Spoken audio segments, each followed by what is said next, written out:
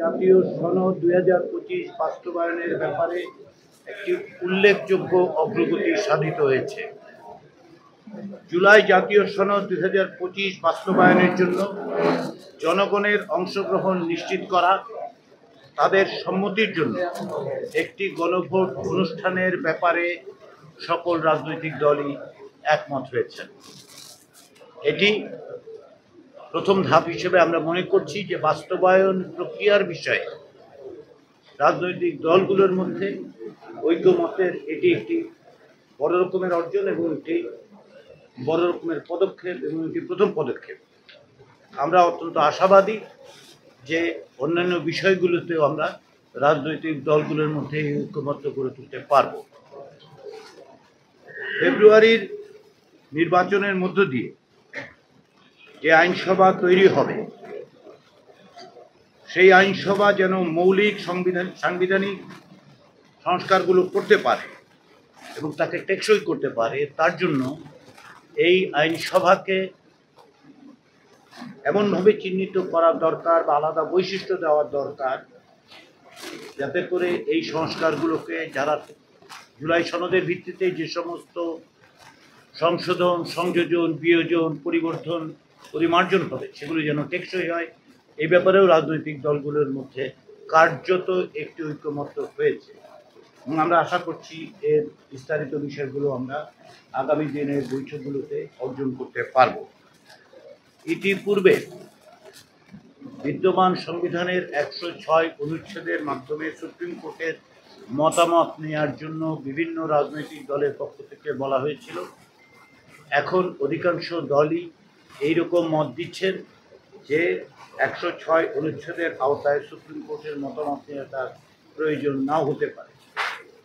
এই প্রসঙ্গে আমি আজকে প্রত্যেকটি রাজনৈতিক দলকে আন্তরিক ধন্যবাদ জানাতে চাই, এই কারণে যে দলগত অবস্থান থেকে অনেকটা সরে এসে জাতীয় ঐক্যমত্য তৈরি, বিশেষ করে জুলাই জাতীয় সনদ বাস্তবায়নের ক্ষেত্রে যেন সুনির্দিষ্ট পদক্ষেপ নেওয়া যায়, তার জন্য তারা সচেষ্ট হয়েছেন এবং বড় ধরনের অগ্রগতি অর্জন করেছেন।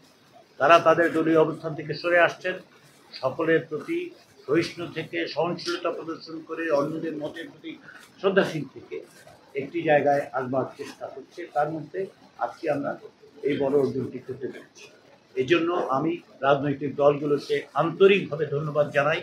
আমি মনে করি যে তাদের এই প্রচেষ্টার মধ্যে দিয়ে আমরা খুব শিগগিরই সুনির্দিষ্টভাবে বাস্তবায়ন প্রক্রিয়া সম্পর্কে সুপারিশ তৈরি করে সরকারের কাছে দিতে পারব।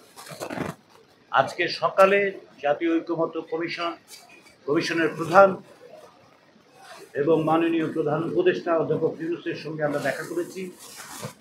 তাকে সামগ্রিক অগ্রগতি বিষয়ে অবহিত করেছি। তিনি আমাদের তাগিদ দিয়েছেন যেন আমরা দ্রুততার সঙ্গে রাজনৈতিক দলগুলোর সাথে আলোচনার অগ্রগতি অর্জন করে সুপারিশ তাদের কাছে দিতে পারি, সরকারের কাছে দিতে পারি। আমরা বলেছি কমিশনের পক্ষ থেকে রাজনৈতিক দলগুলোর যে সহযোগিতা পাওয়া যাচ্ছে, আমরা আশা করছি আগামী কয়েকদিনের মধ্যেই সেই জায়গাটা আমরা করতে পারব। এক্ষেত্রে আমরা সুস্পষ্টভাবে মাননীয় প্রধান উপদেষ্টাকে বলেছি যে আমরা 15ই অক্টোবরের পর কমিশনের কার্যক্রম অব্যাহত রাখার কোনো প্রয়োজন আছে বলে মনে হচ্ছে না। আমরা ইতিমধ্যেই ওই জায়গায় উপস্থিত হতে পারব। ইতিমধ্যে যে সনদ, সেই সনদের ব্যাপারে আমরা রাজনৈতিক দলগুলোকে অনুরোধ করেছিলাম যে সনদ স্বাক্ষর করার জন্য তাদের প্রতিনিধিদের নাম পাঠাতে।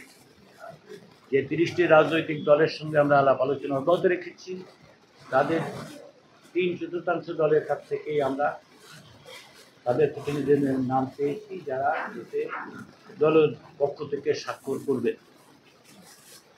আমরা অনুরোধ করেছি যে সমস্ত দলের পক্ষ থেকে এখন পর্যন্ত নাম পাওয়া যায় এবং আমরা মনে করি যে সাংগঠনিক ব্যস্ততা এবং বিভিন্ন কারণে সেটা হয়তো সম্ভব হয়নি। আমরা আশা করছি আগামী কয়েকদিনের মধ্যেই তারা সেটা দেবে। আমাদের এই আলোচনা আগামীতে 8 তারিখ বিকেলবেলা আবার আমরা বসবো। রাজনৈতিক দলগুলোর পক্ষ থেকে আরও খানিকটা সময় চাওয়া হয়েছে। আমরা সেই সময়টা মনে করি যে প্রয়োজন। ইতিমধ্যে কমিশন যে বিশেষজ্ঞ প্যানেল আছে তার সাথেও আলোচনা করবে তার কারণ হচ্ছে যে আজকে যে সমস্ত বিষয় এসেছে সেগুলোকে কিভাবে সুস্পষ্টভাবে একটি আইনি এবং সাংবিধানিক প্রক্রিয়ার মধ্যে নেওয়া যায় তারা যেন সে বিষয়ে আমাদেরকে সাহায্য করেন। আমরা আশা করছি যে আগামী 2-1 দিনের মধ্যেই আমরা বিশেষজ্ঞদের সঙ্গে বসবো। 8 তারিখ বিকেলে রাজনৈতিক দল এবং জোটের সাথে আমরা বসবো এবং গত কিছুদিনে রাজনৈতিক দলগুলোর পারস্পরিক আলোচনা